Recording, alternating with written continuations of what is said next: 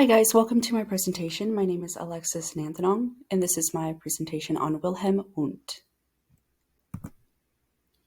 Wilhelm was the father of experimental psychology. Wundt's goal was not only to understand consciousness it is experienced, but also to understand the mental laws that govern the dynamics of consciousness. His approach to psychology was voluntarism, huge emphasis on will, choice, and purpose. Wundt believed that humans can decide what is attended to and thus what is perceived. Furthermore, he believed that much behavior and selective attention are undertaken for a purpose. That is, such activities are motivated. Wundt's first book that he wrote was Contributions to the Theory of Sense Perception in 1862. He proposed the new discipline of experimental psychology based on measurements of thoughts and perception of physical stimuli, such as the study of visual illusions. A fun fact about Wilhelm is that he received a medical degree at the age of 23. Wundt's research.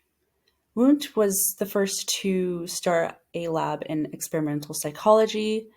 He was actually the first to really create or coin the idea of experimental psychology. Back then, when he was teaching experimental psychology, it wasn't even called that. So the two major goals for experimental psychology is to discover the basic elements of thought and to discover the laws by which mental elements combine into more complex mental experiences. This leads to his elements of thought. So the two basic elements of thought were sensation and feelings. Sensations can be described in terms of modality, visual, auditory taste, and so on, and intensity, such as how loud an auditory stimulus is. So a few examples here are a visual sensation are hue and saturation, auditory sensation, pitch and timbre, taste sensation, saltiness, sourness, bitterness, sweetness, etc.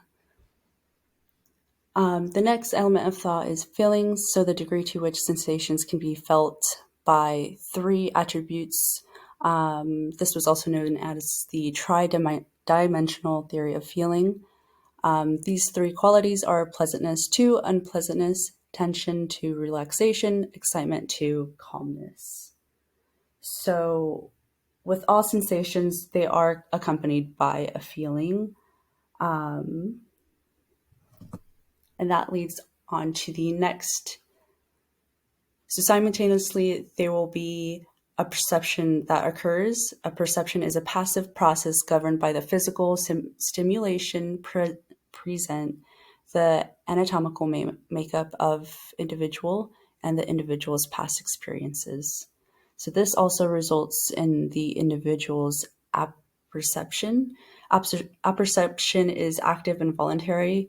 The difference between perception and apperception is that perception is passive and apperception is an individual's control. So Wundt really believed that we can control our attention.